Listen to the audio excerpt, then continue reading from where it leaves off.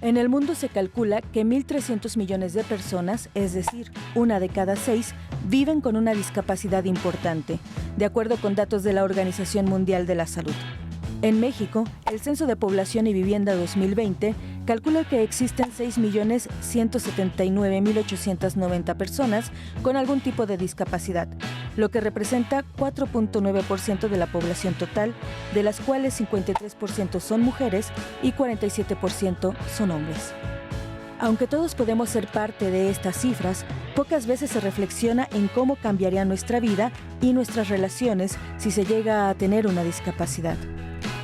En el primer Congreso Internacional de Sexualidad en la Discapacidad, celebrado en octubre de este año en la Ciudad de México, se destacó que las personas con o sin discapacidad tienen las mismas necesidades y deseos sexuales, pero muchos no lo consideran porque piensan que las y los discapacitados son asexuados, incluso que no sienten y no se enamoran. Hoy, en Diálogos en Confianza, queremos hablar de inclusión, de relaciones amorosas en personas con discapacidad, y aunque pareciera que es una realidad ajena, la verdad es que todos somos vulnerables a vivir con una discapacidad. Así que nos toca ser parte de los cambios necesarios para mejorar las condiciones de vida y de inclusión, también en las relaciones amorosas.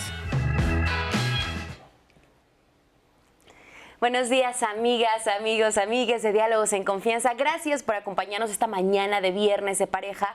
Hoy con el tema, conocí a una persona con discapacidad y me enamoré. Vamos a analizar cuál es la situación actual, si es que realmente hay un acceso para que puedan ejercer con plenitud sus derechos sexuales, reproductivos y, por supuesto, el derecho al placer a las personas con discapacidad. Vamos a hablar sobre los estereotipos y los prejuicios que existen en nuestra sociedad, así que quédense con nosotros porque es un tema necesario, importante y que vamos a desmenuzar hoy aquí en Diálogos en Confianza. Saludo con mucho gusto a nuestras compañeras intérpretes en lengua de señas mexicana. En este momento se encuentra Lía Vadillo, que estará alternando a lo largo del programa con Magdalena Alejo. Y como siempre, es un placer compartir esta conducción y espacio con mi compañero Eduardo Valenzuela. Lalo, ¿cómo estás? Buen día. Hola Minat, ¿cómo estás? Muchísimas gracias por estar conectadas, conectados, conectadas a esta transmisión. Una vez más aquí en Viernes de Diálogos en Confianza. ¿Qué temas tan importantes? Y la verdad es que platicábamos fuera del aire esta necesidad por ya diversificar estos temas y poder romper estos estigmas que todos y todas tenemos históricamente aprendidos acerca no solamente de la sexualidad, sino de la sexualidad de personas con discapacidad. Entonces, bueno, tenemos aquí un panel impresionante que aparte ya nos advirtió que nos vayamos duro, entonces no vamos a dejar ninguna duda fuera, vamos a estar muy atentos de sus comentarios. Acuérdense de llamarnos al 55 51 66 40 00, descarguen la app de 11 más donde podrán ver este programa y todos los programas del año pasado, del antepasado, todos los programas que Diálogos en Confianza tiene para ustedes y también el Canal 11. Y pues nada, siéntense, disfruten el programa, ya es viernes, entonces pues vamos a darle con todo.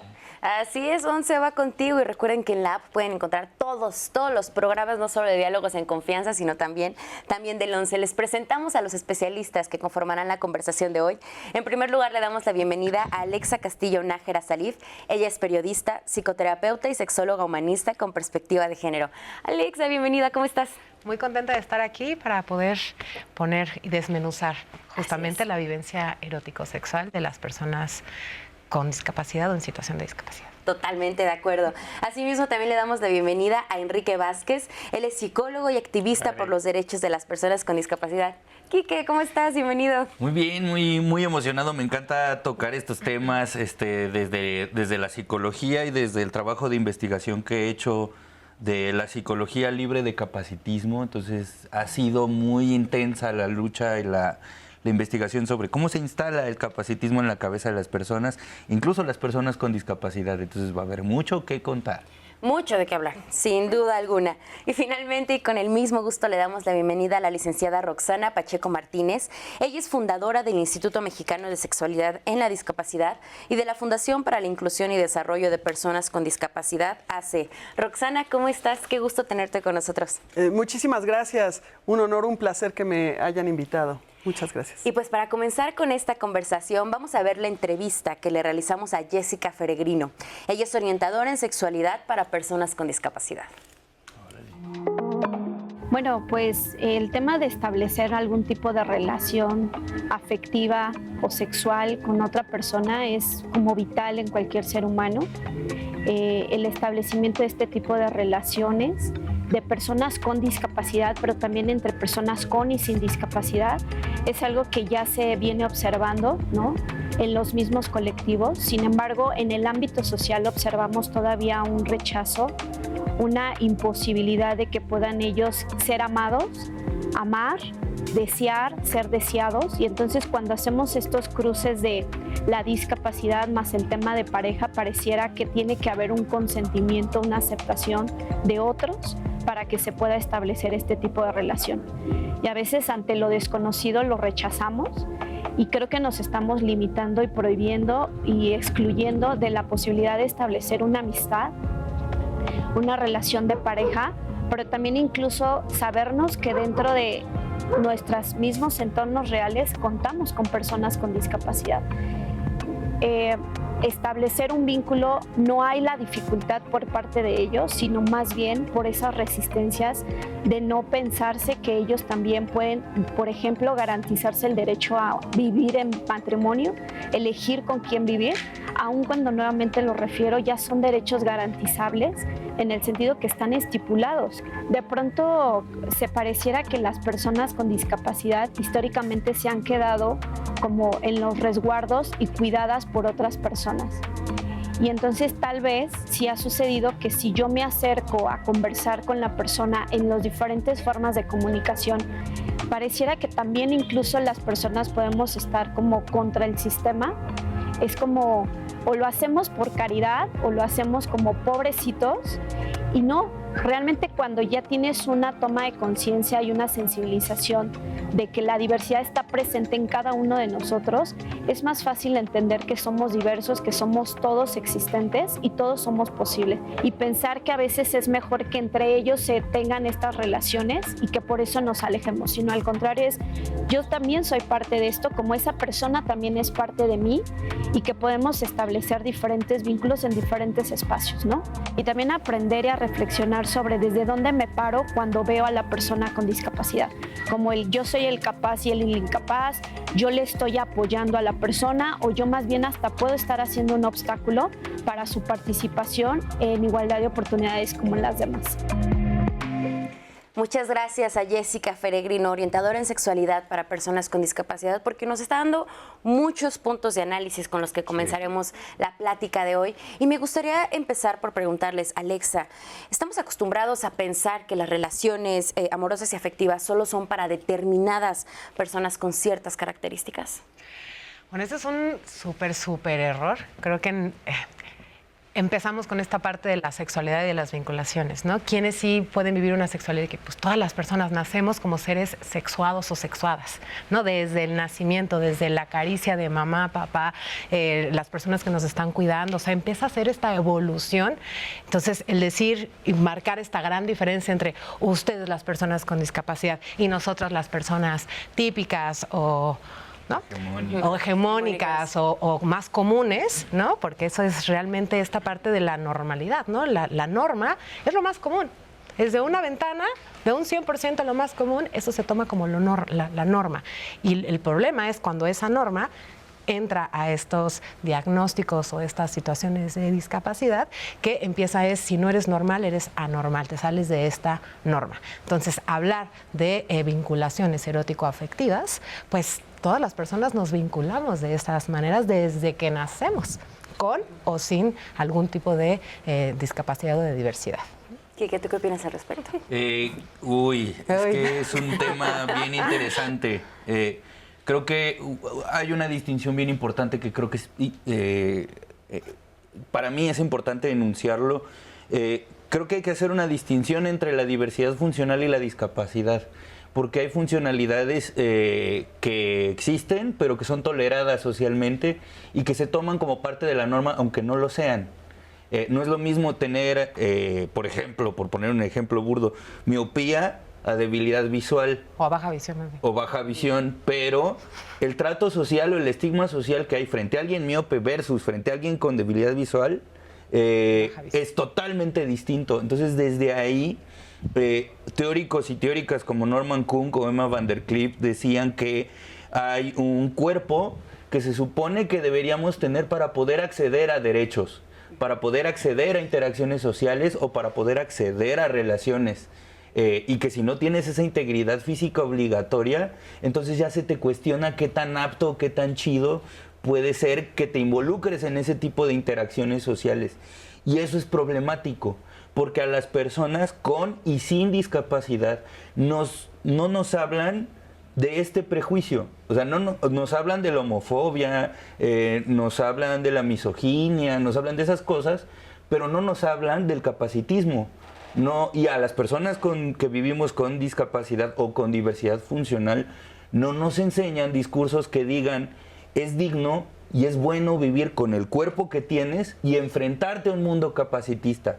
Así como se le enseña a las mujeres de tú naciste mujer y debes estar orgullosa de estar enfrentándote a un sistema misógino, o tú que perteneces a la comunidad LGBT y debes estar orgulloso de pertenecer y luchar frente a una sociedad que es LGBTofóbica. A nosotros no se nos enseña a identificar esos pensamientos, esas creencias que denotan capacitismo y a vivir orgullosos del cuerpo que tenemos.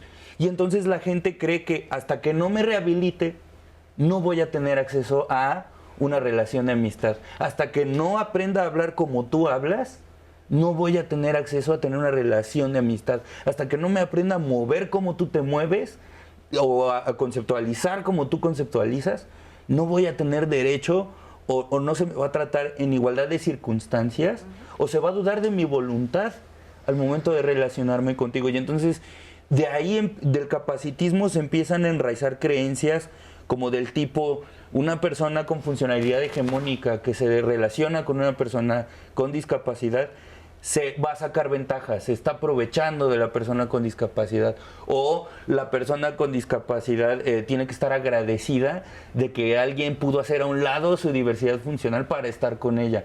Y lo que estamos diciendo entre líneas es negar o anular que el cuerpo con diversidad funcional o con discapacidad es digno de vivir. Entonces, creo que hablar de sexualidad y de relaciones humanas en discapacidad para mí ha sido problemático, porque la conceptualización de las relaciones humanas están dictadas por hegemónicos. Las oportunidades sociales las tienen aseguradas los hegemónicos. La conceptualización la tienen los hegemónicos, se entiende el amor desde ellos. Pero cuando nosotros entramos a la ecuación ya no es amor, no sé qué es.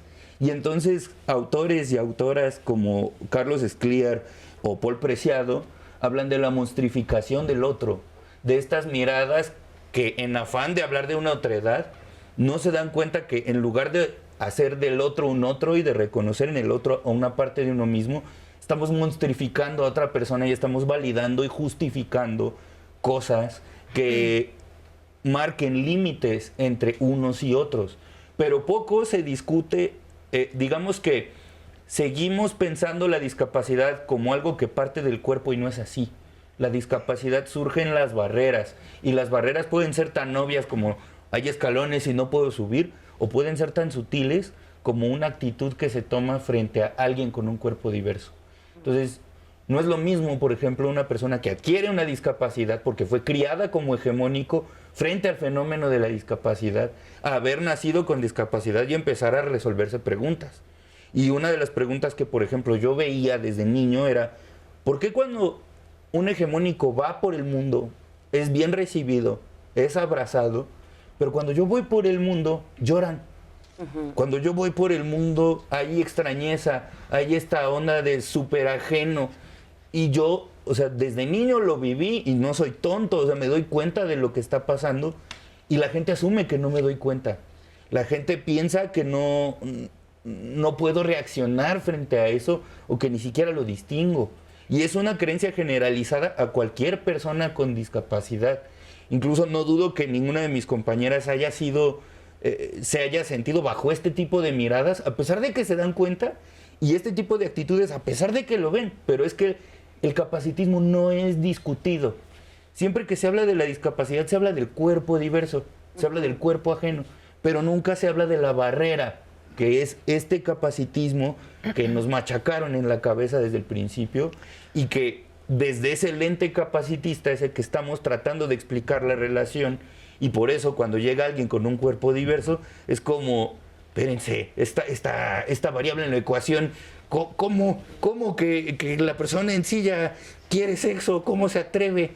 O cómo que que tiene parálisis cerebral va a querer tener sexo. O sea, y eso es como de una manera muy elemental, porque no estamos hablando de las identidades y no estamos hablando de comunidad LGBT, que además es disca, y eso todavía complejiza muchísimo más, porque en comunidades como la comunidad LGBT, que de repente puede tener lineamientos en donde el cuerpo es importante y donde hay catalogaciones como los osos, las nutrias y las cosas así, cuando llega alguien disca a querer pertenecer a este preentendimiento de los cuerpos y que no cabe, entonces ya no es un buen elemento para la misma comunidad, pero es justo porque no hemos hablado del capacitismo que incluso existe en la catalogación de los cuerpos por su tamaño, ya ni digas funcionalidad, pero el tema de las relaciones de pareja es tan complejo porque nos enseñaron a erotizar un cuerpo específico. Un solo tipo de cuerpo. Un solo tipo de cuerpo. Entonces, cuando llegan las personas con discapacidad a querer relacionarse y a querer a ejercer sus derechos sexuales y reproductivos, una de las barreras más horribles que enfrentamos las personas con discapacidad es que el hegemónico dude de nuestra voluntad, dude de nuestra autodeterminación, sea cual sea nuestra diversidad funcional. Y es entonces que uno supone que, o que una persona hegemónica supone que yo, como persona con parálisis cerebral, no sé lo que quiero, porque como soy un angelito que vino del cielo y que no tengo malicia como para querer tener relaciones sexuales, pues no sabe lo que quiere. Y pues estoy consciente de que quiero ejercer mi sexualidad, pero mi sexualidad, al haber estado anulada tanto tiempo, está supeditada a ese maltrato que yo tuve desde pequeño, o que yo tuve desde el trato con el otro. Entonces mi sexualidad no la vamos a poder entender con los mismos ojos de un hegemónico, porque mis oportunidades relacionales no son las mismas, la conceptualización hacia mi cuerpo no es la misma y la erotización hacia mi cuerpo tampoco lo es. Y querer jugar a que sí es anular a que la existencia de un cuerpo como el mío es igual de bello y es igual de digno y es igual de deseable. Entonces hay un chorro de matices y hay un chorro de fenómenos que se pueden observar siempre y cuando pongamos el prejuicio del capacitismo en la mesa. Si no es el capacitismo lo que vamos a discutir, porque ese es el problema, hablar de la sexualidad simplemente es hablar de ese espacio de autorización que el hegemónico nos da para poder entrar. Y ahí vamos a poder hablar montones. Y justo pones sobre la mesa algo que me parece fundamental para empezar a desmenuzar, para empezar a analizar este tema, que es esta sociedad capacitista en la que vivimos, y también el que esté en la punta o como un ideal hablar de un cuerpo hegemónico. Entonces empezamos, ¿a qué nos referimos al hablar de cuerpos hegemónicos? Bueno, son los cuerpos típicos, como decía, ¿no? Cuerpos que no tienen la discapacidad evidente. Aunque la discapacidad, voy a decir, para empezar, el espectro de la discapacidad es amplísimo.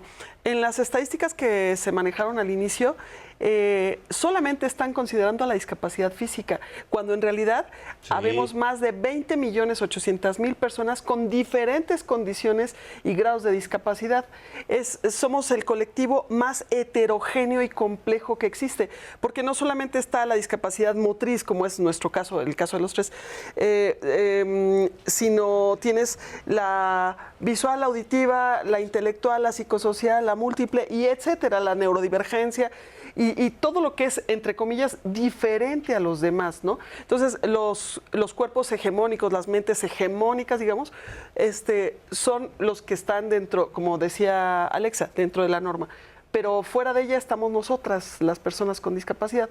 Ahora, regresando un poco a lo que decías, pues la sexualidad está presente a lo largo de la vida y nace y muere con la persona. Es esta dimensión holística del ser humano, ¿no? Que te atraviesa y que atraviesa todas las dimensiones, ¿no? Bio, psico, socio, espiritual ¿no? Que todas las personas vivimos.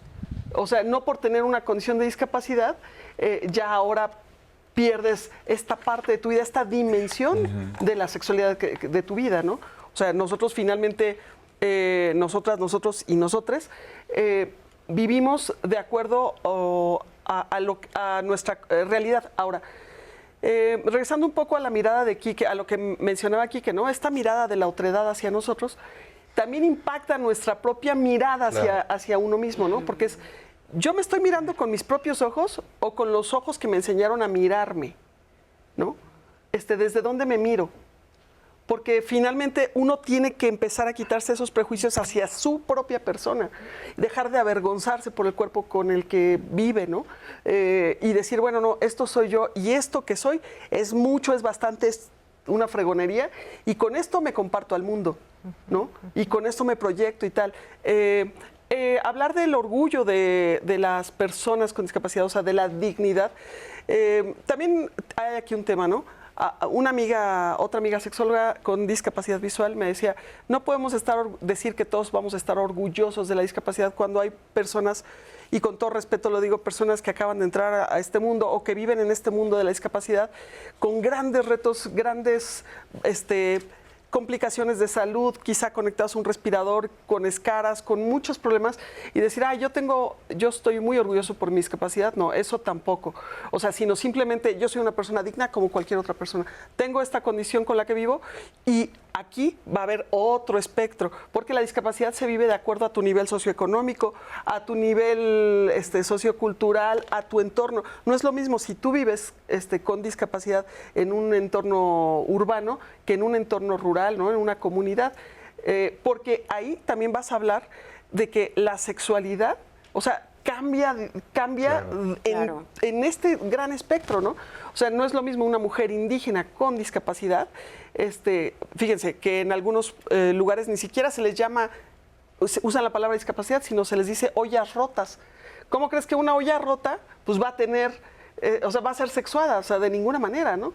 Entonces, aquí es la mirada, regresando a que la sociedad nos ve de una forma. Y nosotras, las personas con discapacidad, tenemos que aprender a vernos con nuestros propios ojos, arreglar la relación que tenemos con nosotras mismas para poder compartirnos con los demás, ¿no? Y creo que para eso, por eso es muy importante la distinción que hice al principio. Una cosa es hablar del cuerpo, de la diversidad funcional, y otra del entorno discapacitante. Eso. Porque mi cuerpo, por más problemas que pueda tener, muchos de esos problemas no deberían existir porque hay cosas que las personas con discapacidad deberíamos tener contempladas en el entorno donde estamos.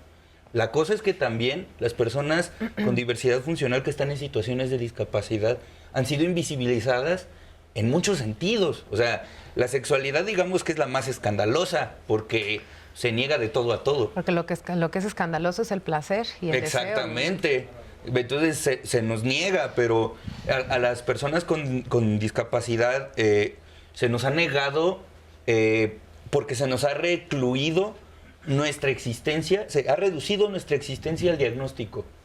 Se ha patologizado nuestra existencia. Y creo que nuestra existencia es justo este abanico muy complejo de cosas en donde obviamente si no hay nuestras habilidades, nuestras necesidades básicas están cubiertas, pues todas las demás también se van a ver trastocadas. Y por eso el entorno discapacitante es tan amplio. Queremos saber. Sí, perdón, vamos con Alexa. No, que quiero retomar, ahora sí que dale. líneas que nos han estado soltando, ¿no? Retomando esta parte de lo que decías de Paul Preciado, ¿no? De este cuerpo normado para desde esta visión económica, sí. ¿no? Entonces, si empezamos a tomar, porque yo siempre digo, no solamente hay que cambiar la forma de nombrar, sino también la forma de mirar. Entonces, empezando desde eso, ¿no? Estamos transitando una terminología no negativa hacia las personas que vivimos con una diversidad funcional. Porque una cosa es, por ejemplo, con un ejemplo muy básico, una persona que vive con diabetes puede o no puede enfrentarse a situaciones de discapacidad, ¿no? Y esa diversidad está en ella. Pero puede ser que si ha evolucionado esta condición de vida en la que esta persona se enfrenta y le amputan, entonces ya se empieza a enfrentar a estas barreras discapacitantes. Pero es como, ahora sí que va como todo, ¿no?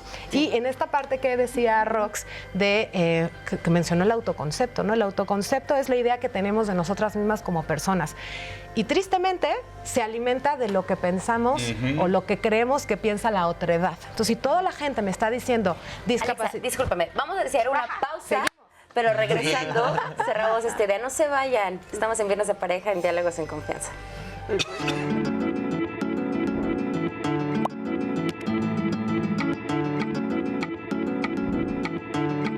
La autonomía permite a las personas con discapacidad tomar decisiones que afectan su vida diaria, respetando su dignidad y capacidad de autodeterminación.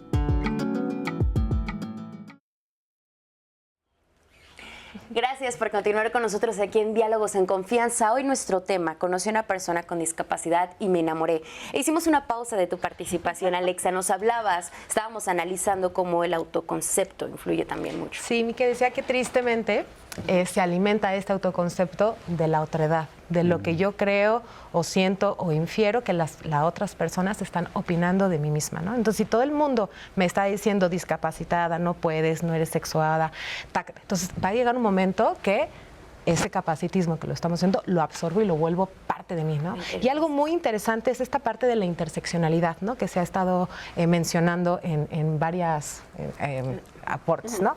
No es lo mismo una persona que otra, porque siempre tiene que ser el enfoque centrado en la persona, ¿no? Entonces, claro, si de por sí el mundo es muy patriarcal, misógino, machista, ¿no? Con una busca esta elasticidad, ¿no? Entonces, si de por sí la gordofobia, el gordodio está ahí, ¿no? Y las mecánicas le agregas este factor mujer en situación de discapacidad, que también me tengo que afrontar ya como llevando a esta parte de las relaciones de pareja, a este amor romántico absoluto, que es, somos junkies del amor.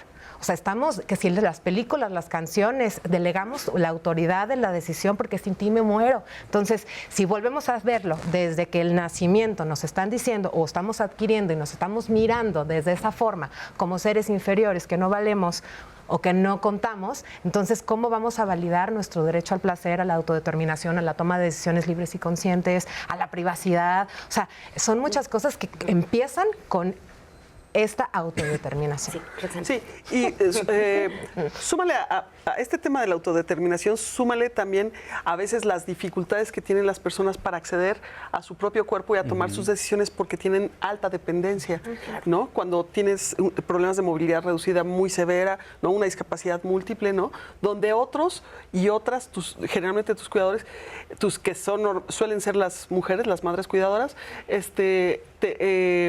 pues tienen que hacer cosas por ti, ¿no? Cuidarte, protegerte. Entonces, ellas mismas te sobreprotegen, te infantilizan, ¿no? Sí, y entonces empieza este rollo de, no, mi hijo no es angelito, no, a él no. Y empieza todo este rollo. Pero también quiero irme un paso atrás. Vamos a hablar de que la sexualidad en general en el mundo es un tabú. Claro. Sí. O sea, todavía hoy hay infibulación en algunos países de Medio Oriente, ¿no? Entonces, imagínate, si todavía se les niega el placer a las mujeres convencionales, pues, ¿cómo vas a pensar en las mujeres con discapacidad? Y voy a hablar aquí específicamente de mujeres con discapacidad, porque no es lo mismo ser hombre con discapacidad que mujer con discapacidad. Exacto. Hay otra brecha de género ahí en la sexualidad. Y fíjense, nada más un dato para toda la audiencia. ¿Saben que apenas en 2015 se hizo la primera resonancia magnética de clítoris y se encontraron sus estructuras profundas en el 2015? ¿No? O sea, antes de la pandemia. Entonces, imagínense, porque vamos a saber que también aquí en el modelo, o sea, el tema médico es históricamente la medicina es patriarcal. Porque obviamente pues los que eran médicos eran los doctores, ¿no? Varones, no se le permitía entrar a las escuelas de medicina a las mujeres. Entonces, bueno, desde ahí ya tienes un sesgo en la sexualidad en general, ¿no? Sí. Y ahora llévatelo a la sexualidad de las personas con discapacidad, pues ya ahí estás. O mujeres con discapacidad. Sí, a mujeres con discapacidad, bueno, ya ahí estás. Se vuelve todavía más complicado. Súper complejo. Y con más barreras para acceder a este tema. Desde lo sistémico, este fenómeno que mencionan se llama daño doxástico, que es que una persona que está en una posición de privilegio de poder frente a una narrativa envenena la perspectiva que tiene una persona sobre sí misma. tiene nombre y es una práctica que se llama daño doxástico y está desde una conducta institucionalizada, como el hecho de que a las personas con discapacidad no se nos contemple en secretarías o en institutos de los diferentes estados, de las diferentes dependencias, no solo una, sino que en las diferentes dependencias no haya un campo dedicado a eliminar los entornos discapacitantes, pero también en la vida común. Hace un ratito hablabas del amor romántico, ¿no? De este amor romántico que tenemos, ¿no? De este monstruo patriarcal también. Voy a poner un ejemplo que puede sonar muy tonto, pero es muy representativo de esto. En Mariada del Barrio, una de las escenas más memorables es cuando Soraya Montenegro cacha a su sobrino.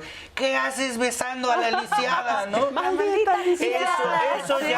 Eso ya habla de una posición social en la que se le pone a la persona con discapacidad, y en el final de esa telenovela ella sale caminando y literalmente el discurso es: gracias al amor de esta persona y de mi familia yo pude caminar. O sea, el amor romántico no solo va a cambiar para bien a las personas, sino que va a curar la diversidad funcional, porque el cuerpo que debe ser amado, el cuerpo que debe ser deseado, no debe ser una persona con diversidad funcional, porque la diversidad funcional y la discapacidad se piensan como un defecto, y se piensan como un defecto por este prejuicio médico patriarcal. O sea, puedo decir que como hombre tal vez no he enfrentado tantas barreras, pero sí hay que reconocer que el capacitismo se nutre muchísimo de esta noción médica hacia el cuerpo, cuando lo que no volteamos a ver son las barreras. Un ejemplo que pasó con consultantes que tengo es: alguna vez una persona que no tenía una pierna usó el trolebús, se sube y le dijo a una señora que iba con su bolsa en el autobús que quitara su bolsa porque es un asiento reservado. Y entonces la señora lo empezó a molestar y le empezó a agredir que ¿por qué me mueven? Y entonces el chofer, en lugar de decirle a la señora: usted se está sentando en un lugar que no le toca, le dice: es que tú, ¿para qué te subes al autobús? Tú no deberías estar aquí.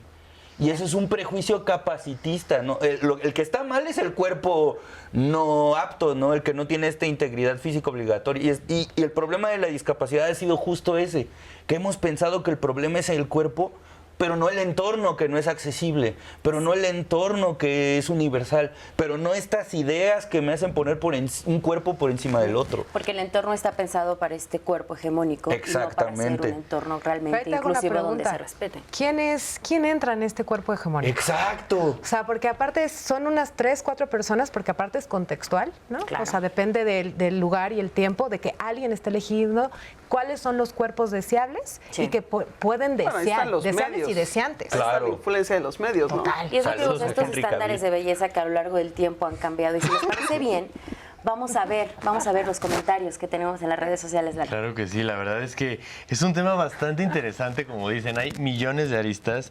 Creo que el término que acabas de cuestionar, Alex, es bastante importante. ¿Qué es hegemónico? Y esta parte como de todo el espectro de la diversidad y la diversidad funcional, pues en realidad lo tenemos como muy estigmatizado a lo que es muy evidente y a lo que verdaderamente se puede ver así luego, ¿no? Hablar de políticas públicas. Claro, sí, completamente. No, tenemos que hablar de muchísimas cosas. Permítenos, porque todavía no se nos acaba este programa. Solamente me gustaría leerles algunos comentarios que está haciendo la gente. Por ejemplo, nos dicen: saludos a todos, diálogos en confianza. ¿Cómo pueden las personas con discapacidad acceder a información sobre sexualidad de manera inclusiva? Muchas gracias por el comentario. Ahorita lo platicaremos. Creo que Alexa tiene muy buena información acerca de eso. María Guadalupe dice, envía saludos al panel y pregunta: ¿qué servicios de apoyo existen para personas con discapacidad en temas relacionados con la sexualidad? La asistencia sexual, que ahorita yo creo que le vamos a dedicar mucho tiempo, porque creo que es algo bastante interesante. Muchas gracias, María Guadalupe, por tu comentario. Este es un comentario anónimo que dice: es un tema con muchas aristas. Desde hace años conocí a una chava que tenía una discapacidad. Nos enamoramos, pero ella no quiso continuar con la relación porque le costaba trabajo los temas de tener familia o hijos conmigo. Perfecto, eso también es importante, la familia, claro. ya no solo la sexualidad, sino el desarrollo de una familia. Claro. Vamos a tener aquí presentes los comentarios para ir sacando uno por uno. Hola Eduardo, Natalia y a todo el equipo de Diálogos en Confianza, soy Francisco y llevo 6 meses con mi novio. Tenemos muchas ganas de iniciar una vida sexual. Hablando de accesibilidad, pareja y placer, ¿existen adaptaciones o recursos específicos para garantizar la comodidad y el placer de nuestra intimidad?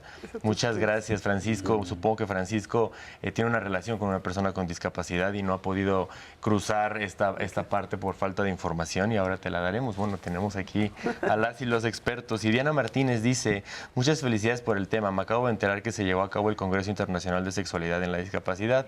¿En dónde puedo consultar más detalles de este evento? Muchas gracias, Diana. Ahorita te lo ponemos, pero aparte te lo reiteramos en las redes sociales para que ahí esté el acceso a la información. Para recapitular, bueno, creo que tenemos diversidad funcional, discapacidad, la interseccionalidad que a mí me parece fundamental porque también es algo de ya dejar de ver un panorama global y ver específicamente los casos de las personas, como dices, las brechas de género, orientaciones sexuales, unido con la discapacidad, también las personas racializadas. O sea, creo que es un tema bastante amplio que es muy interesante. Pero antes vamos a ver el testimonio que nos da Karina. Karina tuvo un accidente hace 6 años y nos cuenta cómo ha sido su experiencia para adaptarse a una vida con discapacidad. Vamos a verlo y continuamos. Tengo 44 años y sí, actualmente tengo una pareja. Ok, pues hace aproximadamente 6 años tuve un accidente automovilístico y ha cambiado totalmente mi vida, ya que entré en muchas situaciones de salud y después pues la aceptación, el duelo de haber perdido un miembro. En cuanto a mi vida, pues obviamente también tuve una pérdida que fue mi madre, entonces fue como doble la pérdida y entonces ahí fue donde se me complicó un poquito más volver a salir adelante. Pues a poco tiempo de mi accidente, casi recién salí del hospital a los 2 meses, conocí al entrenador de fútbol de amputados. Y ahí fue donde empecé a aprender a saberme manejar en los bastones canadienses y a darme cuenta de la dificultad que era, de hecho, incluso bajar una banqueta, por ejemplo, poderme subir al transporte público. Bueno, al principio la situación emocional fue complicado, porque ya lo comentan los compañeros que primero hay que aceptarse uno. En mi caso, pues bueno, por la discapacidad que es visual, la pérdida del miembro, y bueno, por eso es que se me complicó un poquito empezarme a relacionar con los chicos, bueno, o con la pareja, ¿no? Entonces, mantuve la relación, conocí una persona con una discapacidad diferente a la mía, que es de lesión. Entonces, ha sido como que un poquito más complicado el poderme adaptar, ¿no? Él a su discapacidad y yo a la mía. Entonces, ha sido complicado porque también nunca pensé el que después de pues de una vida convencional a pasar a una vida con discapacidad pudiera volver a tener una pareja, ¿no? Y que me aceptara con la situación en la que yo me encuentro.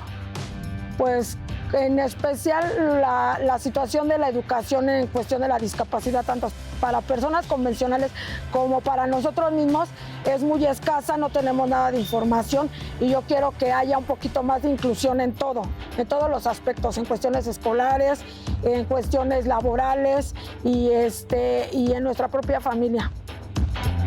Karina, muchísimas gracias por permitirnos compartir tu historia, por poder conocer cómo ha sido este proceso para ti. Y yo quiero retomar, obviamente, todo el testimonio, pero justamente esto que ella dice al final. Ella recalca esta falta de información que existe incluso para las personas con discapacidad, pero nos habla también de la educación no solo laboral, educativa, sino también dentro de la familia. Y creo que se relaciona mucho con esto que quieres comentar, Roxana, o sea, que es algo estructural, algo que desde las políticas públicas incluso empieza. Exactamente, ahí vamos a empezar. ¿Por qué estamos en esta situación? Estamos en esta situación por la falta de políticas públicas con perspectiva de discapacidad e interseccionalidad, ¿no? Donde hablábamos pues de todos estos temas. Los gobiernos han omitido hacer este esfuerzo de comunicar, informar, generar políticas públicas que eliminen, o sea, orientadas a eliminar las barreras culturales, las barreras físicas, las barreras en la información y dar todas las, garantizar nuestros derechos. Es por eso que nosotros empezamos, bueno, hace muchos años, y bueno, acá con Alexa también, cuando yo adquirí la discapacidad hace 14 años, ¿no? Y cuando veo todo lo que afectó mi sexualidad, porque quienes no lo saben, las personas que tenemos una lesión en la médula espinal y que a consecuencia de ello quedamos parapléjicas, no podemos caminar, bueno, o cuadriplégicas si es más alta la lesión, tampoco tenemos control de esfínteres, no tenemos, en el caso de los varones tienen disfunción eyaculatoria, disfunción eréctil, mucha dificultad para alcanzar un orgasmo cuando se llega a alcanzar, la falta de sensibilidad, la falta de movimiento por debajo de la lesión. O sea, entre otras muchas cosas. Y eso complica sistema digestivo, urinario. O sea, nosotros nos morimos por esta parte del cuerpo, ¿no? Bueno. Entonces, cuando yo entro al mundo de la discapacidad, empiezo a buscar información y pues me doy cuenta de que no hay, o sea, realmente no hay información de calidad, ¿no? Y entonces, pues va uno con los especialistas, ¿no? Y el urólogo te manda con el ginecólogo con el psicólogo. O sea, y empieza la bolita, porque nadie ve la sexualidad como una parte, como integral, ¿no? Sino claro, todos te ven el cachito del cuerpo, donde, sí, pero no en la función sexual, sino en la parte fisiológica de la función. Por ejemplo, la parte de los genitales, pues para tener bebés, ¿no? Punto. La parte urológica, pues por la pipí, punto, ¿no? Y así, pero nadie ve que todo es parte de la sexualidad, o sea, todo el cuerpo, todo el ser humano es sexuado, ¿no? Como la discapacidad te va a impactar en tu sexualidad. Entonces, nadie te habla, no te preparan en los hospitales, en los centros de salud, desde que adquieres la discapacidad, no te dan información para decirte, oye, mira, esto te pasó, vas a tener este efecto o este impacto en tu sexualidad. Y no solo a nosotros, sino también a las parejas, a los padres, ¿no? A los esposos, ¿no? A los hijos, hasta a todo el mundo, ¿no? Es decir, vas a tener estas consecuencias. Y la forma de abordarlos es de esta manera. No hay educación sexual especializada por condición de discapacidad. Ahora se ha creído que dar educación sexual inclusiva es meter a todas las personas con y sin discapacidad en la misma aula y solamente con métodos de comunicación alternativos, con lengua de señas o braille, es exactamente lo mismo. Y eso es algo falso, es una falsa idea de la inclusión, porque ahí se ve el desconocimiento de nuestras condiciones. Entonces, pues mucho tiempo estuvimos luchando con ir al Instituto Nacional de Rehabilitación, al Seguro Social, o sea, los diferentes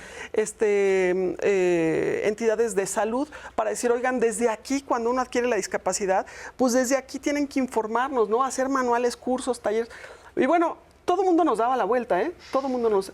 Hemos dado cursos, talleres, yo en escuelas de preparación de profesionales de la salud en universidades, voy y platico, les digo, a ver, ¿a quién le corresponde la rehabilitación sexual, por ejemplo, ¿no? Y bueno, nadie, ¿no? Teniendo fisioterapeutas, terapeutas... Puede ser inexistente, ¿no? Dices, no, inexistente, nadie levanta la mano, ¿no? Sexual. Entonces dijimos, a ver, no, entonces tenemos que arreglar este problema.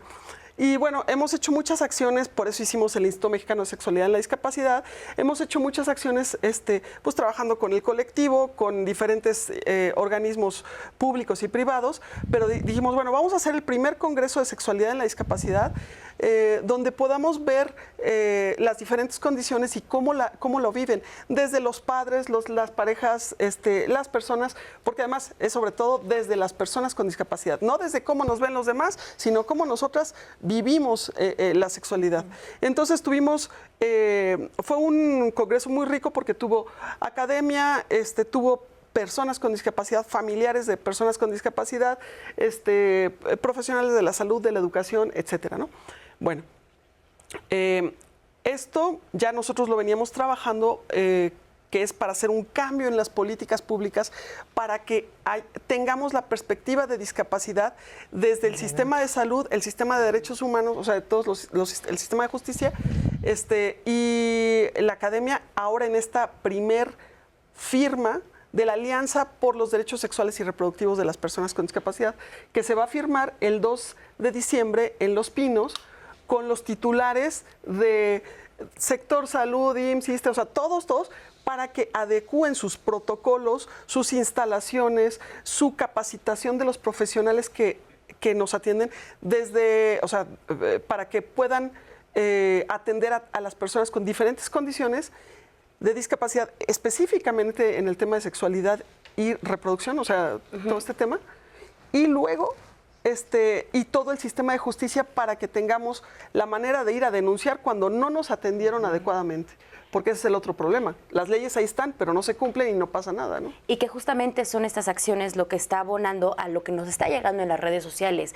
Esta necesidad de estas preguntas que nos llegan de dónde consigo información, dónde puedo acercarme para saber de las herramientas, para saber de esta situación, porque es algo en muchas ocasiones inexistente o que no se consigue, como bien decías, la información adecuada.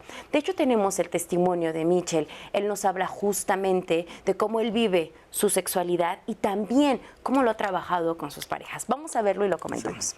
Ese tipo nacional. Tengo 28 años y actualmente tengo una pareja. Mi discapacidad se llama diplegia espástica y básicamente es una parálisis cerebral en la que afecta a mi sistema motriz. Para la parte de las relaciones socioafectivas, pues evidentemente si para una persona es difícil, para una persona con discapacidad es doblemente difícil, ¿no? Puesto que tiene que luchar con estos estigmas que han nacido desde mucho antes de mí. Sí, he tenido varias parejas. Yo creo que el factor común en esta parte es mis parejas son un poco más de mente abierta, ¿sabes? Se adaptan a la condición que tengo. ¿Qué quiere decir? Que están conscientes de la situación y no me exigen ni más ni menos. En la parte de las relaciones también, pues influye mucho la actitud, ¿no? Porque si estás muy inseguro, muy ansioso, no sabes como para dónde dirigirte, qué hacer, qué no hacer, y no sabes tú, pues mucho menos la persona que te está acompañando, ¿no?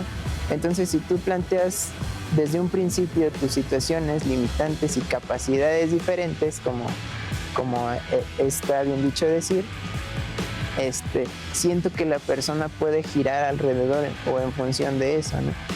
Y entonces ya sabes como en qué apoyarlo, en qué no apoyarlo, en qué darle su espacio, y va siendo un poquito más balanceado, ¿no? Porque eso es lo que se tiene que llegar en cualquier relación, el balance, ¿no? Que no es lo mismo el amor de los 60s, de la Edad Media y por ejemplo la actual, ¿no? Entonces la actual pues ya no es tan cerrada como a una relación forzosa tan estricta, ¿no? Es más abierta, más flexible. Entonces, creo que puede llegar en algún punto donde pues alguno de los dos se sienta libre de irse, o si se siente una buena convivencia, una buena actitud, incluso una buena construcción entre ambos, y tener mucha comunicación porque eso ayuda a alimentar tanto a la relación como a la confianza entre uno mismo y con la pareja. Muchas gracias a Michel por compartirnos cómo él ha ejercido su derecho a la sexualidad. Eso. Y bueno, nada más para complementar lo que estaba comentando Rox de la Alianza, es con DIF Nacional. Sí, DIF y bueno, Nacional. Retomando un poquito el primer testimonio que estábamos viendo, ella cerró con una frase que, bueno, se me quedó aquí grabada, que es, me aceptó como soy, ¿no? Como si todas las personas que vivimos con situaciones de discapacidad, con diversidad funcional, tuviéramos que bajar nuestros parámetros de consensos, consentimientos, límites, ¿no? Para poder querer ser parte de una pareja, ¿no? Entonces, volvemos a lo mismo, ¿no? Son cosas que se siguen hablando desde el colectivo, porque también nos lo vienen a decir mamás, papás, familia, sociedad, y porque las películas que hay es, pues me mato, si ya con la discapacidad, pues me mato, ¿no? Mejor me mato, ¿no? O sea, todo esto que nos están diciendo que somos, y se están limitando a un cuerpo apto o no apto, pero ¿para qué? Creo que desde ahí es el retomar esta vivencia de este derecho al placer, que también el placer lo vemos limitado mucho al placer sexual, ¿no? Cuando el placer es algo mucho, mucho más amplio. Entonces, retomando todo esto que estamos diciendo y retomando este concepto que habíamos dicho de cuál es este cuerpo hegemónico, cuál es este cuerpo que merece ser deseado o merece desear, porque también viene esta patologización para las personas que se enamoran, están con nosotras, ¿no? Empiezan muchas terminologías súper patologizantes que no necesariamente representan a todas las personas. Y es que yo creo que también otra de las grandes barreras es que cuando pensamos en la sexualidad y en el ejercicio, ¿no? Pero en relaciones sexuales todo está muy centrado en la genitalidad. Y en el coito. Muy, muy centrado ahí, entonces eso limita y pues aumenta las barreras que y hay, hablamos ¿no? también del lenguaje, ¿no? De juegos previos, como si no fuera un ejercicio pleno y sexual, el estar en el cachondeo y en la deliciosidad de compartirse, mirarse, tocarse, estar, eso es previo. Eso ni siquiera es sexo, un sexo oral, un acariciarse, o sea, es un extra. Eso es antes, ¿no? Como si el coito y la penetración fueran el plato fuerte, cuando pues puede estar o no estar y aún así tener una vinculación, un compartirse erótica y sexualmente deliciosamente. O que incluso la experiencia de una relación sexual, digamos, chida, óptima, fue gracias a eso. O sea, ni siquiera es por la genitalidad, pero así de separados los tienen. Y es que el capacitismo es, o sea, vamos, que hablar de psicología y discapacidad es conocer la historia de todo esto. Y la manera en la que se ha entendido la relación hacia la persona con discapacidad, sus raíces son profundamente eugenésicas. La eugenesia es lo que científicamente a principios de 1900 se pensaba que era el cuerpo óptimo, o sea, se tenía pensado un cuerpo óptimo, y entonces todo lo que científicamente fuera orientado a garantizar una sociedad llena de cuerpos óptimos era bueno científicamente. Y México estuvo adscrito al primer Congreso Internacional de Eugenesia en Latinoamérica. Fue la sede y todo.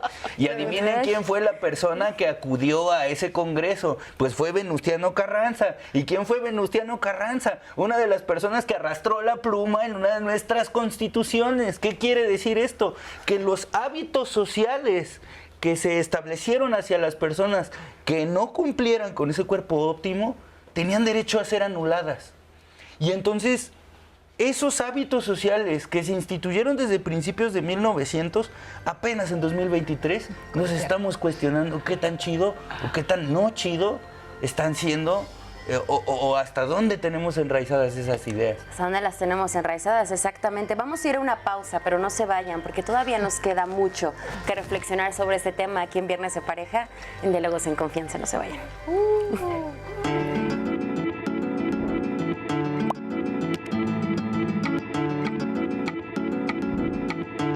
La sexualidad en personas con discapacidad a menudo se estigmatiza por estereotipos, falta de educación y actitudes paternalistas, lo que contribuye a su cancelación social.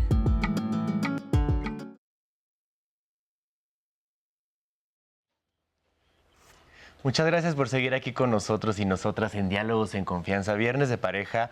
Me enamoré de una persona con discapacidad. Hemos tenido aquí en el panel unos planteamientos bastante complejos, pero sobre todo bastante necesarios de hablar. El capacitismo, la brecha que hay entre la sexualidad con personas con discapacidad, los estigmas, la discriminación, la falta de políticas públicas. Hemos hablado de muchísimas cosas que creo que engloban mucho el tema de cómo se desarrolla las relaciones sexoafectivas con una persona con discapacidad.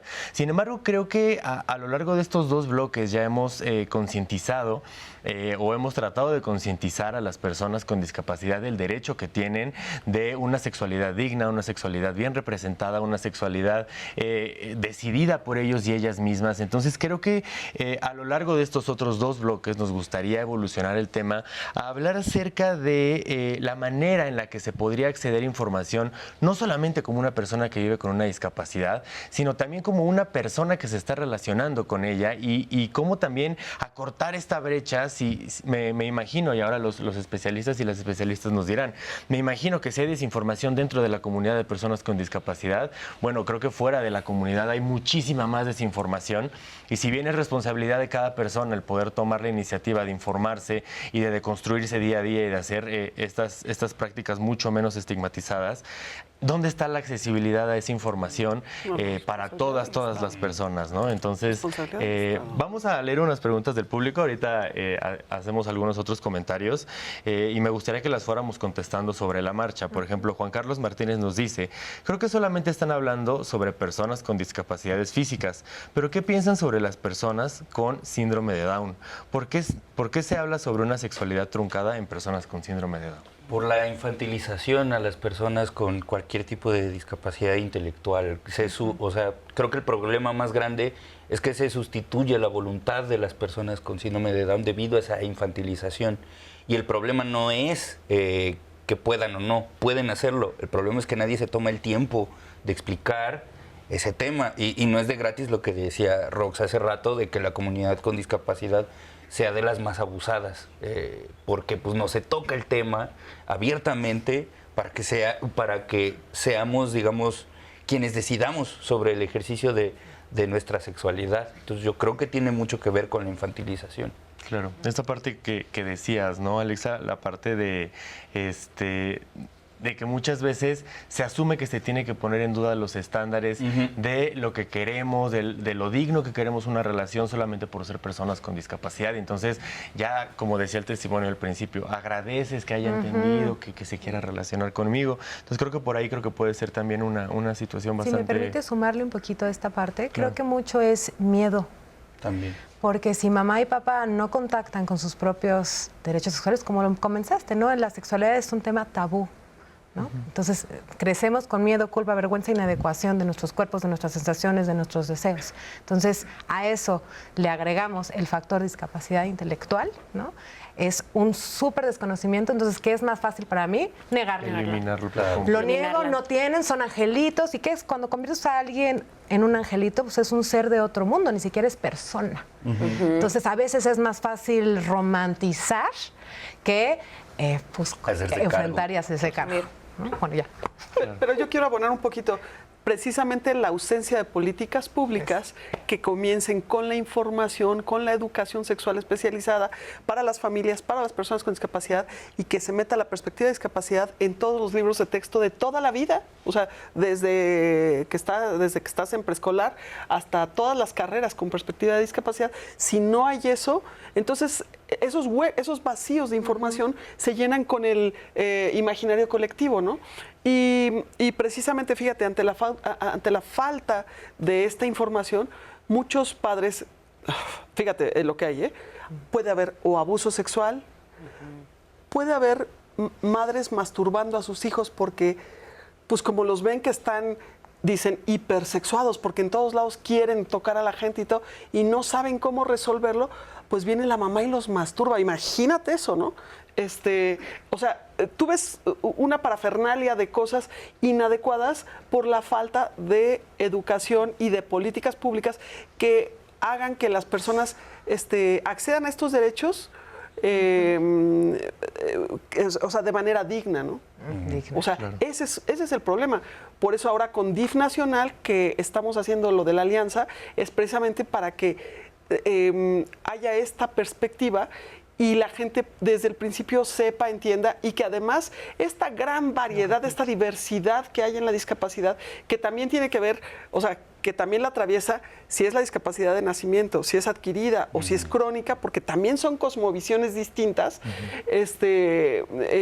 cómo es el abordaje de la sexualidad en cada una de esas etapas, o sea, de esos grupos y en las diferentes etapas de la vida y todo. O sea, esa es la falta de información. La gente dice, ¿dónde puedo preguntar? Desafortunadamente, yo quisiera decirte, hay miles de lugares. No, no los hay. Hay muy pocos y mucha información es desinformación. Porque es a veces desde lo que el otro piensa que nosotros queremos, vivimos y tal, ¿no? Educación sexual con perspectiva de personas con discapacidad y también interseccionalidad, que creo que es un tema que no debemos de soltar. Es importante. Justo ahora lo que vamos a hacer es generar todos estos materiales a través, todo 2024 vamos a trabajar en generar materiales para las diferentes condiciones, para las diferentes, porque una cosa, diferentes temas que hay, ¿no? Que abordar, desde la prevención de abuso sexual, prevención de violencia obstétrica.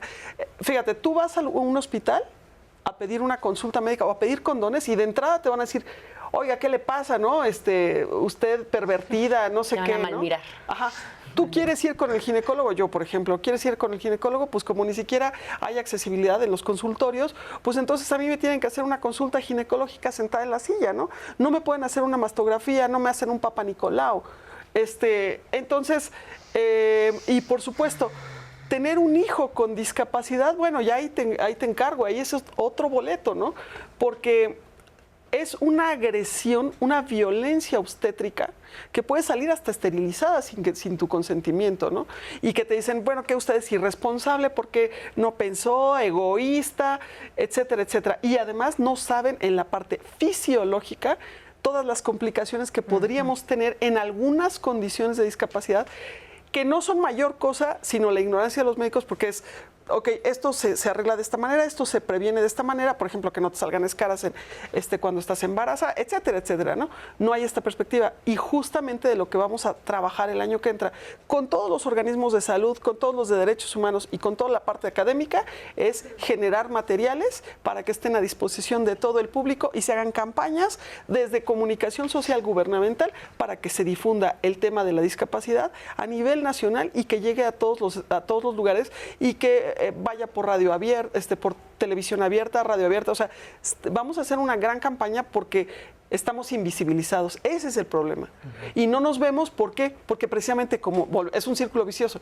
Como no hay políticas públicas incluyentes, entonces estamos encerrados en las casas, no podemos salir porque no hay transporte accesible, porque no hay educación, o sea, no hay espacios para nosotros, entonces no nos vemos. Como no nos vemos, no hace nada para nosotros.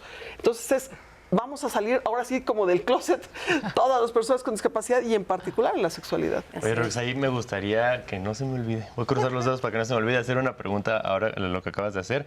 Sin embargo, vamos con otras dos preguntas del público y ahorita continuamos.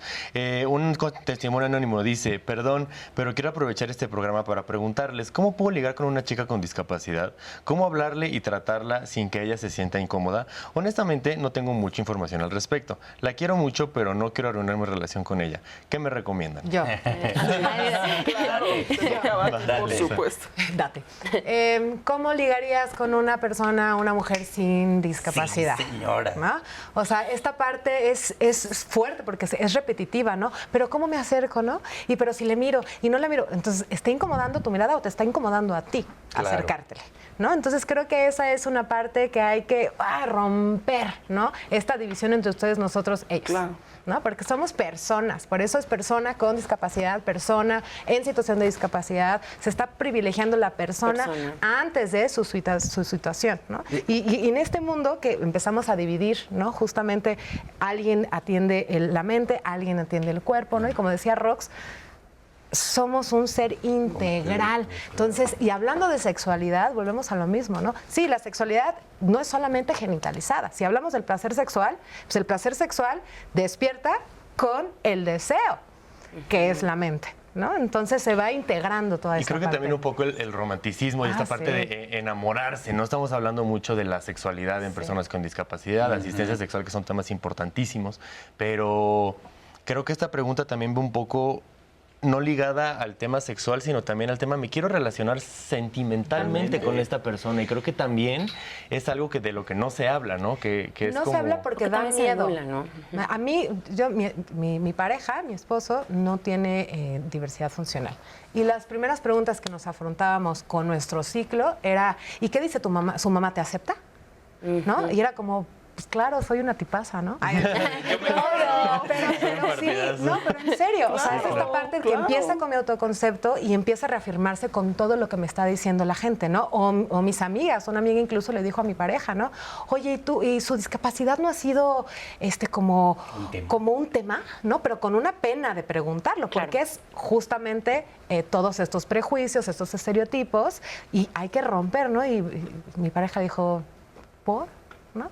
Entonces, es justamente esto, romper esta línea imaginaria de que nos empieza a dividir y a meter en cajitas y empezar a vernos como personas sexosas, deseables, deseantes y que estamos aquí para vivir, y también dejar de invisibilizar que hay personas también que no quieren ejercer estos derechos desde la sexualidad, y también es muy respetable. Y que a propósito de esto vamos a ver el testimonio de Octavio, que él nos habla, su pareja es una persona con discapacidad y nos cuenta su historia. Vamos a verlo y lo comentamos. Bueno, yo cuando ella la conocí, antes que otra cosa, fui su pareja. La fui conociendo, me fui enamorando, empezamos a construir la relación. Conforme pasó el tiempo, pues sí, sus síntomas fueron haciéndose más evidentes, comenzó a perder movilidad y poco a poco me fui convirtiendo en su cuidador. Esta parte de sentirse como vulnerable para ella es muy difícil.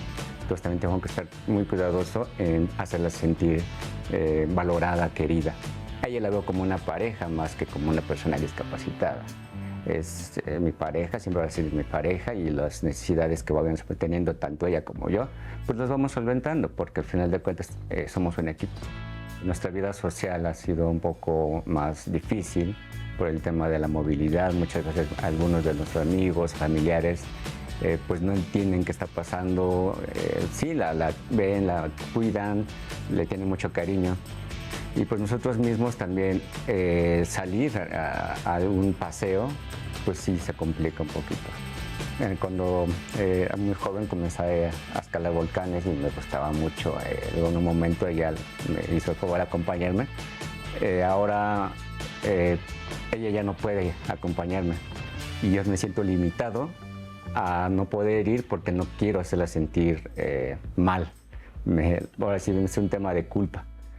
Pero al final de cuentas, pues hemos demostrado que hemos podido salir adelante.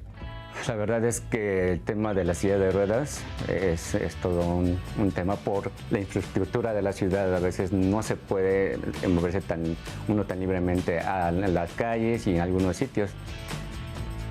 Es por eso que pues últimamente lo que hemos estado haciendo es un proyecto que justamente estamos empezándolo a desarrollar. Y nosotros lo que hacemos es hacer un tipo de guía donde poder estacionarse, si hay rampas, cómo está el acceso, cómo se porta la gente del lugar con las personas discapacitadas. Y sí, hemos visto que es muy difícil para una persona sola, que va sola en silla de ruedas, sería muy complicado. Sí, claro, obviamente para mí sería como muy bonito, especialmente para ella, poder verla realizarse como persona, como mujer independiente. Muchas veces ella quiere salir con sus amigas y pues lo intentamos y va con sus amigas y la entienden, la comprenden. Pues yo me deslindo, pero siempre me quedo con la preocupación de cómo está, ¿no? Bueno, por lo menos ahorita está estable. Tal vez en algún momento con ejercicio y con trabajo podamos lograr que pueda recuperarse un poquito más, por lo menos.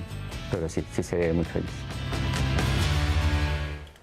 Muchas gracias, Octavio, por compartirnos esta dinámica que él tiene con su pareja y por sobre todo ponernos sobre la mesa muchas experiencias que él ha atravesado y que en algún momento incluso le han causado conflicto, ¿no? Y que esta onda de cómo mutan las relaciones cuando sucede que se adquiere una discapacidad es muy interesante, porque el cuidado siempre se piensa desde la persona que cuida y rara vez desde la persona que es cuidada.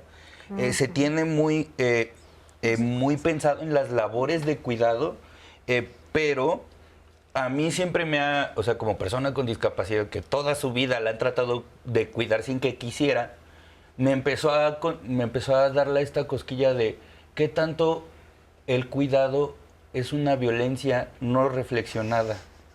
¿Qué tanto el cuidado es una violencia a la cual se somete a la persona que es cuidada cuando la persona que es cuidada no participa activamente de los límites y las maneras en que es permitido y no ser cuidado? Y eso creo que tiene que ver con la falta de esta figura relacional que es la asistencia, pero no desde el asistencialismo. Es como, hay una tarea muy específica para la cual tú necesitas asistencia y yo te voy a asistir para esa tarea muy específica para la que necesitas asistencia. Pero no, el cuidado se piensa como la sustitución de tu voluntad por lo que yo creo que te va bien. Y lo que creo que necesitas. Y lo que creo que tú necesitas. Entonces, esta mutación de la relación de pareja al cuidador es complejísima porque muchas veces pasa sin este diálogo directo de, a ver, ¿en qué espacios, en qué momentos, qué tipo de interacciones vamos a tener que demarquen la labor de cuidado y que no descuiden nuestra cualidad de pareja? Porque cuando sucede esto, que se adquiere la discapacidad, se traslapan las dos cosas.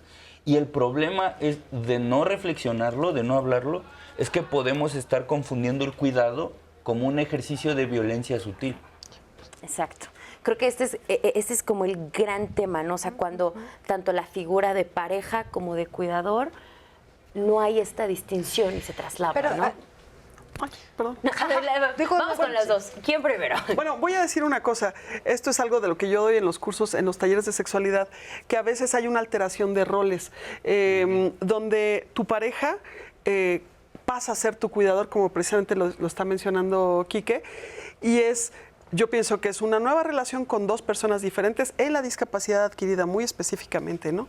Y a ver, hay tres grandes cosmovisiones en la discapacidad. No es lo mismo tener una discapacidad de nacimiento que haberla adquirido o que sea una discapacidad crónica, donde vas perdiendo facultades, ¿no? Entonces, yo digo, es una nueva relación con dos personas diferentes, porque aunque en esencia somos los mismos, las cosmovisiones cambiaron, el proyecto de vida cambió, cambiaron muchísimas cosas, porque si a lo mejor antes yo viajaba muchísimo, y como es el caso de Octavio, ¿no? Que viajaban, se iban a la montaña y ya no pueden hacer los dos, bueno, pues entonces cambió, o a lo mejor dices, bueno, yo quería tener hijos, pero ahora siento que se me va a complicar y no tengo un asistente que me apoye, porque esto también es una responsabilidad del Estado, en la ley está la provisión de asistentes personales justamente para el tema del cuidado, que no los provee el gobierno, que es una omisión del Estado, ¿no? Entonces, aquí hay un tema, es una nueva relación con dos personas diferentes que aunque en esencia son los mismos, todo cambió. Y entonces hay que ver si yo quiero esa misma relación con estas personas. O sea, yo quiero estar en esta relación, en esta nueva relación, y ahí les va. Porque quienes vivimos la discapacidad adquirida, y este es un patrón, porque yo lo he observado a lo largo de muchos talleres, es que más o menos el 80% de los varones se va cuando su mujer adquiere la discapacidad, y cuando es al revés, cuando el hombre adquiere la discapacidad, más o menos el 20% se va, o sea, es el 80-20, pero invertido, ¿no? Porque las mujeres están más orientadas al cuidado, pues por este tema histórico que ya traemos, cultural, ¿no? De género, claro. Ajá. Y entonces aquí, de pronto, tu pareja viene este rol de cuidador, y muchas veces esta alteración de roles impacta directamente en la sexualidad, porque ya no eres esta persona erótica con la que yo me relaciono, ya no veo tu genitalidad, tu sexualidad. Por ejemplo, voy a hablar muy específicamente en el caso de las personas con lesión medular, las que tenemos parálisis, con todos estos cambios fisiológicos en el piso pélvico, que incluye los genitales. Entonces ahora te tengo que ayudar a cambiarte el pañal, quizá ponerte la sonda, quizá digitalizarte, o sea, sacarte el excremento, quizá. No siempre es así, pero algunas veces sí lo es. Entonces, de pronto, lo que yo asociaba al placer erótico, tu cuerpo, el sexo oral, o lo que sea, de pronto cambió. Entonces, ya ahora es pipí, popó, menstruación, ¿no? Y entonces se altera el rol, y entonces ya de pronto soy cuidador, pero ahora ya no quiero tener relaciones contigo, aunque te adoro, te amo y te idolatro, pero de pronto somos roomies. Y esto se da muchísimo en las personas, por ejemplo, con lesión medular, las mujeres cuando se accidentan, y nosotras terminamos siendo, o sea, y pasa esto mucho en las relaciones. Los hombres dicen muchas veces también, mira, no te voy a dejar porque pues tenemos hijos, porque tenemos familia o porque no tenemos autonomía financiera ni otra casa donde vivir. Entonces vamos a vivir juntos, pero yo voy a hacer mi vida sexual por otro lado, pero ni me preguntes ni nada, ¿no? Y entonces en estos talleres lo que observamos mucho es que las mujeres, o sea, muchas es un gran dolor, llanto, ¿no? Donde aguante, yo les digo siempre, no, a ver, espérate, ¿por qué vas a aguantar eso? ¿Lo aguantarías de pie? No, entonces, ¿por qué lo tienes que aguantar ahorita? No. Y muchas mujeres ponen un límite y terminan siendo quienes dejan a las parejas porque justamente en estos ajustes de roles cambian las cosas. Y a veces también la discapacidad es un detonante para mostrar lo que hay subyacente en una relación, problemas que ya había previos en la relación de pareja. Sí, claro. Eso y eso tiene mucho que ver en personas que adquieren la situación de discapacidad y tienen una pareja. Claro, eso es importante porque hay que hacer la distinción. Es esta parte de... pues hasta ahora hemos hablado que, como dices, que no hay algunas necesidades que sí tienen que ser cubiertas y otras que muchas veces se asumen y que podrían llegar a ser una violencia. Pero forzosamente la pareja tiene que hacerse cargo de esas necesidades. No necesariamente, no en todos los casos. Aquí lo que es bien importante es dejar de ver como generalizar. ¿No? Y empezar a tener o adquirir un enfoque centrado en la persona. Esta persona en específico, desde su contexto, desde su historia de vida, desde su diversidad funcional, desde analizar cuáles son las situaciones de discapacidad que se enfrenta y su vivencia, su personalidad, su temperamento, sus herramientas, sus estrategias personales, van a depender mucho cómo se va a enfrentar a una vida, ¿no? Entonces, a mí me pasa esta parte que me encanta, ¿no? Toda la diversidad tan inmensa que hay, como lo dice Rox, en las vivencias, ¿no? Claro. Yo no tenía una pareja, mi accidente fue a los 18 años. Llevo ya 18 años con diversidad funcional. Entonces ha sido muy distinto porque pues fue relacionarme desde cero con parejas o amantes desde los 18 años. Entonces cambia, todo cambia. Qué padre, la verdad es que creo que es importante el abordar el tema desde ese punto, ¿no? Desde el punto de cada caso, cómo se pueden ver diferentes maneras de solucionarlo. Tenemos unos minutitos antes del corte. Segunditos ya, tenemos segunditos. Y solo para abonar, gracias a esta diversidad de experiencias, es que surgen las anarquías relacionales que tanto están de moda hoy, surgieron por las necesidades de las personas con diversidad funcional que vieron esta disparidad y se les ocurrió hacer propuestas que rescaten su dignidad frente a otros. Claro, gracias. Yo aquí solo enfatizaría rapidísimo en algo. Una de las temas fundamentales en la sexualidad de las personas con discapacidad. 5 segundos, Virrey. La autonomía, promover la autonomía de las personas con discapacidad. Vamos a pausa y regresamos.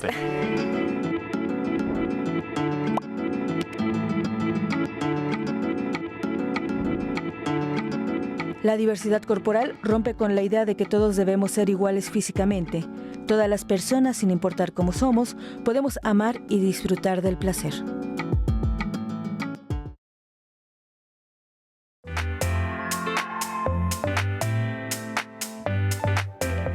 Teóricos y teóricas como Norman Cohn o Emma Van der Klief decían que hay un cuerpo que se supone que deberíamos tener para poder acceder a derechos. Y que si no tienes esa integridad física obligatoria, entonces ya se te cuestiona qué tan apto, qué tan chido puede ser que te involucres en ese tipo de interacciones sociales.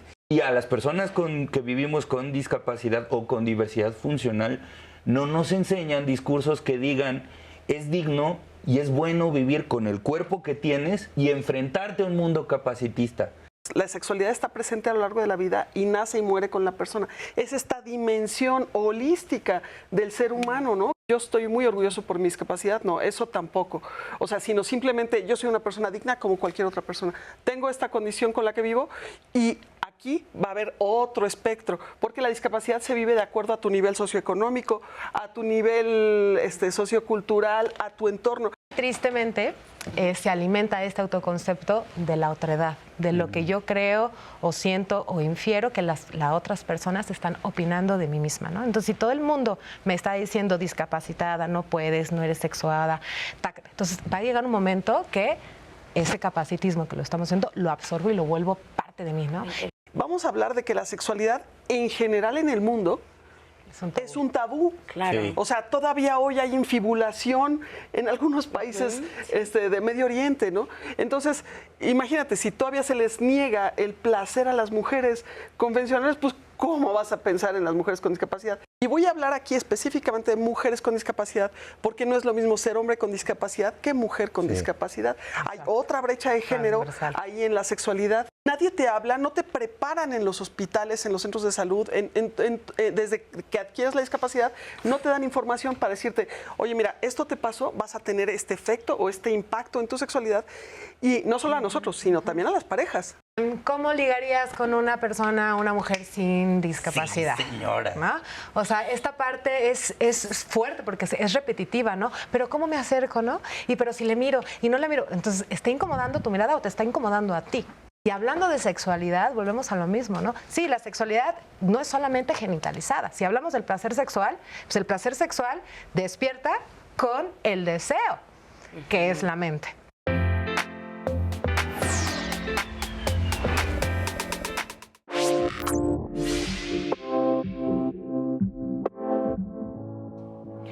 En México, de acuerdo con el Censo de Población y Vivienda de hace 3 años, hay 6.179.890 personas con algún tipo de discapacidad, lo que representa el 4.9% de la población total del país.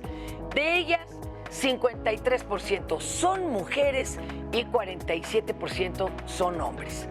Y aunque tal vez nunca haya pensado en ello, oiga, esas personas son igualitas que nosotros, ¿eh? Se enamoran y desean tener una vida en pareja. Sin embargo, para ellas, pues sí, es más complicado relacionarse con personas ajenas a su entorno, a su familia, hacer nuevas amistades o encontrar pareja. Ay, el miedo al rechazo, los prejuicios siguen muy presentes en esta sociedad, pero aquí en Diálogos en Confianza, creemos que ya es hora de acabar con todos los prejuicios.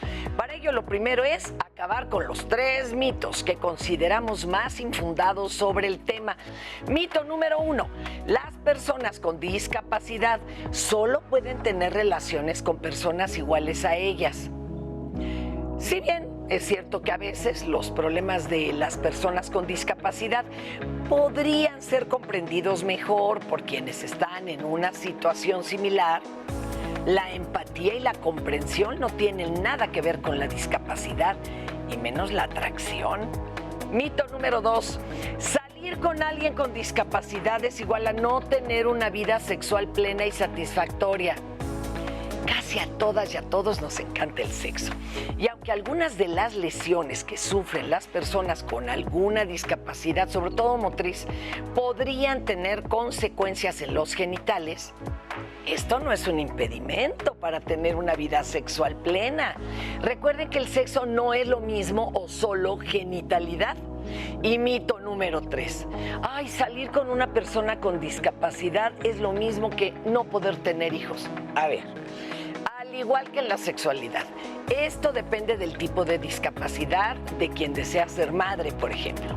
Un consejo, pero de los buenos. ¿Qué tal sopesar la posibilidad de adoptar? No debemos olvidar que tener hijos y formar una familia es un derecho que nos pertenece a todas las personas. Así que si vamos a hablar de inclusión, que ésta sea en todos los campos para todas, todos y todes. Para Diálogos en Confianza, Fernanda Tapia. Gracias a Fer Tapia por esta información que nos pone aquí para analizar y sobre la mesa. Y justamente antes de la pausa, Roxana, tú nos decías que una palabra clave cuando hablamos de sexualidad en personas con discapacidad es la autonomía. Sí, claro, porque es fundamental que las personas tomen sus propias decisiones. Y a veces cuando tienes una dificultad física, ¿no? Lo que necesitas es un asistente, un sistema de apoyos, un asistente personal. Pero primero empoderas a la persona en lo más que pueda, que solita se haga toda su rutina de higiene en lo que más se pueda. Y ya después, entonces sí, la pareja a veces te tendrá que ayudar cuando no tienes un asistente personal, no hay economía o el Estado pues no resuelve este tema, pero siempre tiene que ser con tu consentimiento y tus decisiones. Ahí permíteme apuntar, no es lo mismo autonomía que autodeterminación, porque yo puedo ser una persona con un cuerpo para nada autónomo, pero eso no quiere decir que yo no pueda tomar decisiones sobre mi propia vida, sobre mi entorno, sobre las personas con las que me relaciono, sobre la manera en la que me quiero relacionar, que eso es la autodeterminación, las facultades que yo tengo de decidir sobre mi vida. Y muchas veces el hegemónico confunde una cosa con la otra. Si yo no me puedo mover o yo no me puedo comunicar, hay que buscar los elementos o los asistentes o las maneras en que esto pueda suceder y que yo pueda manifestar de la manera en que me sea posible estas decisiones. Ahí difiero un poquito. Yo sí creo que una cosa es la autonomía, que es la toma de decisiones. Otra cosa es la independencia o dependencia con o sin ayudas técnicas. Y otra cosa es la autodeterminación. Pero primero parte de esta toma de conciencias libres y responsables que viene desde la autonomía y sus hijitas, podrían decirse, que es la autodeterminación sexual, ¿no? Y diferenciar esta parte de la independencia. O sea, puedo ser... O sea, yo quiero venir a Diálogos en Confianza, tomo la decisión, me invitan y tomo la decisión. Desde mi autonomía tomo la decisión, pero desde mi independencia necesito un vehículo, necesito un transporte, necesito un montón que me va a llevar a la interdependencia, saber que necesito tanto de la otredad como la otredad me necesita. Entonces hablamos de redes. Sí, ¿no? Pero por eso yo anulo la palabra de independencia porque no existe. Sí, es interdependencia. Nadie es independiente, estamos interdependientes todas las personas, nadie existe solo en sí mismo y hace fotosíntesis y ya. Exacto, somos seres sociales. Eso. Vamos a ver la segunda parte de la entrevista que le realizamos a Jessica Feregrino, que justamente nos habla de la asistencia sexual. Veámosla y lo comentamos aquí en el panel.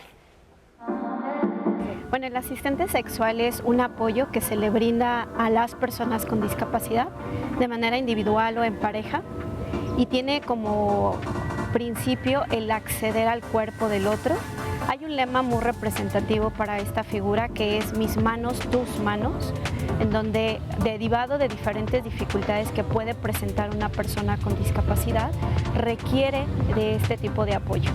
Importante establecer que los 3 criterios que establece esta figura es explorar el cuerpo de la persona, donde la persona todo el tiempo te dice qué quiere y cómo quiere ser tocado.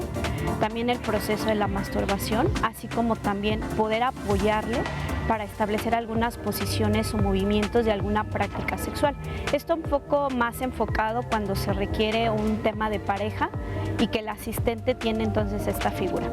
Es necesario definir que cuando se establece este tipo de vínculo entre la persona con discapacidad o la pareja con el asistente jamás va a establecer un punto de imposición corporal hacia la persona con discapacidad. No es un proceso terapéutico de intervención en ese momento, es un proceso donde se explora el cuerpo a partir de lo que la misma persona va definiendo. Sí, mira, es interesante que la figura de la asistencia sexual no ha sido aceptada más por barreras socioculturales, porque en los mismos colectivos de las personas con discapacidad es algo ya existente, no es algo oculto, y que más bien requiere todo un proceso de mayor diálogo y reflexión al interior de diferentes sectores y diferentes instancias, incluso públicas, que se vinculan en este tipo de acciones en garantizar derechos sexuales reproductivos y que ellos han exigido y han buscado garantizar ese derecho al cuerpo a través de esta figura. Y entonces desde ahí es donde podemos entender que pensarnos en que alguien venga a dar un apoyo al placer es como algo no pensado, algo no estructurado y que entonces pone como en desconcierto a los entornos en donde está la persona con discapacidad. Entonces valdría mucho trabajar sobre temas de formación en educación sexual hacia las personas con discapacidad, pero también en los entornos en donde ellos están para que se visibilice su sexualidad como un derecho propio que tenemos cualquiera de nosotros. Gracias a Jessica Feregrino justamente por darnos la antesala para analizar qué hace un asistente sexual y justamente por qué no es reconocida su labor. Por la moral, porque lo que incomoda es el placer. O sea, una figura de asistente personal y asistente sexual, de todas maneras te van a bañar, te van a manipular, ¿no? Te van a tocar los genitales, pero aquí lo que choca es que es el placer sexual. Entonces, es bien importante diferenciar la asistencia sexual del acompañamiento erótico de esta otra figura del surrogate, ¿no? Que son la asistencia sexual o esta figura es meramente instrumental. Es decir, la persona no es el objeto del deseo, la persona asistente, sino que te ayuda, ¿no?, a acceder a tu propio cuerpo, a explorar tus propias sensaciones y también acceder al cuerpo de tu pareja, ¿no? Por otro lado está el acompañamiento erótico, ¿no?, que ahí sí ya hay intercambios sexuales entre la persona que está acompañando eróticamente a la otra persona. Y el surrogate es una figura de una persona terapeuta con otra persona que te va a ayudar a solucionar malestares de la vida erótica. Pero son tres que sí están desde esta figura del trabajo sexual, porque estamos hablando de un intercambio sexual, como la pornografía, como bueno, todas las miles de cosas que ya están ahorita en internet. Todo eso es trabajo sexual, ¿no? Pero nos da miedo y a veces decimos, no es trabajo sexual y se confunde mucho con prostitución. No es prostitución, se podría decir que el acompañamiento erótico es una prostitución inclusiva porque las personas están preparadas. Entonces, diferenciando esto, las limitaciones son súper fuertes. Entonces, para poder empujar una ley, no se tiene que, yo diría, empujar desde de la salud, sino empezar a regular un trabajo sexual para que se pueda abrir, porque entre más estamos con estas negaciones, más privamos y una cosa, o sea, van de la mano. Totalmente. Y creo que esto que dices es bien importante porque el entendimiento que tenemos acerca del tema es tan reducido, es tan limitado. La gente nos hemos preguntado tan poco sobre la distinción entre estas tres figuras, pero justo habla de cómo el no preguntarnos cosas, el quedarnos con el discurso dominante que existe hacia el entendimiento de la discapacidad y la diversidad funcional ha impedido que veamos que en la comunidad con discapacidad y con diversidad funcional hay un chorro de aristas, hay un chorro de necesidades que nos resistimos a hablar porque pensamos que pertenece a una categoría cuando no es cierto.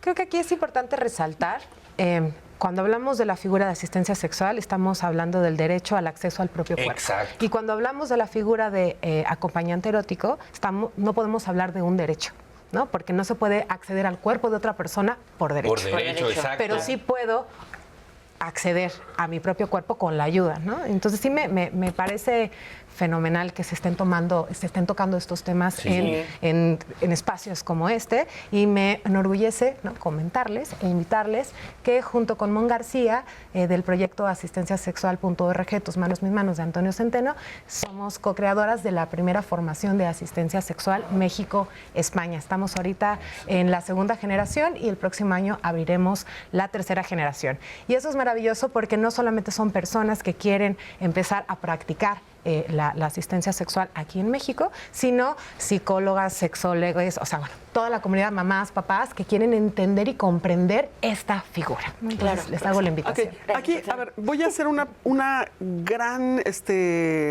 énfasis. ¿Por qué, obviamente, se equipara a la asistencia sexual con prostitución desde la ignorancia en este sentido? O sea, bueno, ya Alexa dijo las diferentes categorías, digamos.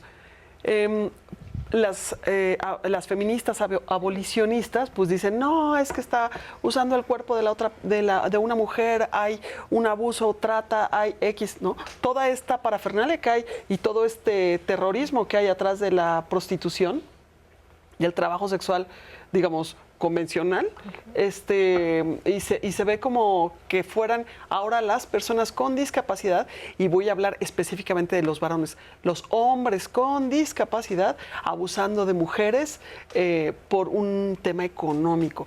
Y no se entiende que hay personas que también, como bien lo dice, o sea, está el urólogo que te puede revisar los genitales, te toca el pene, el ginecólogo, el tal, ¿no? Están los sexólogos, o sea, hay un grupo de profesionales de la salud, de la educación, padres o personas simplemente sin incluso discapacidad que gustan de convivir con las personas con discapacidad en el plano erótico afectivo. o sea, donde no hay ningún abuso, no hay trata, no hay nada, ¿no? Sino simplemente, si tú te fijaras en la gente que tomó el curso de Alexa y como lo hay en otros países, son casi puros profesionales de la salud los que están ahí, que tienen maestrías, que tienen doctorados, ¿no? Y que ellos dicen, yo quiero asistir a las personas con discapacidad porque su mundo ya es más abierto. Claro. Y eso... por un lado, ¿no? Después también tenemos esta otra parte que no se conoce. Hay estas diferentes figuras en la sexualidad, en la discapacidad. Están los devotees, que son personas que se excitan con las personas con discapacidad, son su objeto de deseo, no la persona en sí de manera integral, sino están cosificados, es el objeto de deseo del placer, ¿no? No se relacionan erótico afectivamente, sino solo sexualmente, son los devotees. La mayoría son hombres. Yo siempre observo estas proporciones, 80-20. Casi la mayoría son hombres, pero también las hay mujeres. Luego están las figuras. Esto es un fenómeno estudiado desde hace muchos años y hay muchas publicaciones al respecto. Están los admiradores o admiradoras, que son personas que se enamoran de las personas con discapacidad y gustan de estar en sus entornos, donde entonces dicen, tú persona con discapacidad encarnas los valores que yo admiro, luego entonces la admiración es la antesala del amor y es yo te admiro tanto, me gusta tu forma, o sea, wow, eres lo máximo, yo quiero toda la película contigo y forman familia, se casan y todo el rollo, ¿no? O sea, ahí ven a la persona integral, un poco idealizada, lo voy a decir. Sí, es el performance del porno inspiracional. Y luego vienen, están los pretenders, que son las personas que se disfrazan de personas con discapacidad, los wannabes, que quieren ser y se mutilan, y luego los caregivers, que son personas que gustan, interactúan sexualmente con otras personas o no sexualmente también, pero en particular los sexualmente, como caregivers, que son yo quiero cuidarte, punto, ¿no? Yo necesito que me necesites, es su dictum, ¿no? Es bien importante distinguir esta parte de no patologizar la atracción. Su marido, mi pareja, o sea, no todas las personas que se involucran, o sea, porque también es bien interesante despatologizarlo. Sí, nos quedan 3 minutos de programa. Podríamos, de verdad, creo que esta es una invitación a que sigamos platicando de este tema, por supuesto. Vamos a pasar a las conclusiones. Si les parece bien cada uno en un minuto, vamos redondeando. Empezamos contigo, Quique. Creo que algo que tenemos que empezar a hacer es cuestionar las violencias que están detrás de mis conductas. Y las violencias siempre vienen de un prejuicio generalmente infundado. Me gusta decir que nosotros venimos al mundo a una pecera en donde ya había ideas desde antes de que yo llegara al mundo, y por no hacerme preguntas pienso que el mundo siempre fue así. Y uno de los mundos que es más ignorado en todos los aspectos es el mundo disca, es el mundo de las personas con discapacidad. Entonces creo que hay que empezar a priorizar la experiencia de la persona con discapacidad y no el supuesto que tengo de la persona con discapacidad, porque si logramos cruzar esa barrera, nos vamos a dar cuenta que las realidades de las personas con discapacidad son mucho más enriquecedoras que el supuesto que me instalaron cuando yo llegué al mundo de las ideas. Muchas gracias. Alexa. Pues yo les sugeriría comenzar a contactar con sus propios derechos, empezar a explorar su cuerpo, su mente-cuerpo, sus reacciones, su erotismo, y también identificar cómo soy yo, mamá, papá, persona cuidadora o futura pareja, hombre, mujer, persona no binaria, da igual. Cómo soy parte de este problema, desde cómo me posiciono yo ante una persona que es diferente a mí. ¿Qué tanto dice de la otra persona y qué tanto dice de mí? Entonces yo les invito a la autorreflexión y a la toma de conciencia. Muchas gracias. Roxana. Gracias. Bueno, yo diría que hay una gran deuda del Estado hacia las personas con discapacidad, que no se ha preocupado por garantizar nuestros derechos en todos sentidos, y obviamente el derecho más relegado es son nuestros derechos sexuales y reproductivos, y hacen falta estos cambios en las políticas públicas, que estos cambios los hacemos todas, todos y todes en todos los entornos donde estamos, y que hacen falta presupuestos, porque políticas públicas con buena intención, sin dinero, no son nada. ¿no? Muchas gracias.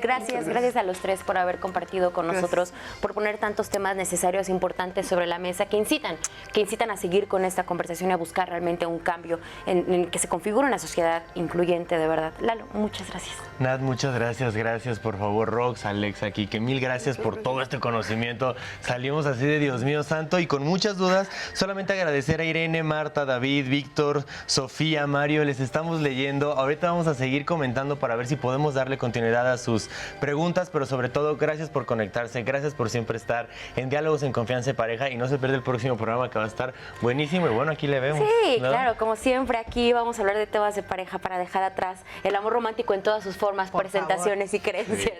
Sí. Ya saben que tenemos una cita todos los días de lunes a viernes a las 9:30 aquí a través de la señal del 11 en Diálogos en Confianza para hablar de temas varios, pero siempre con un gran compromiso para aportar a esta sociedad mexicana. Que tengan buen fin de semana. Nos vemos. Gracias. Adiós.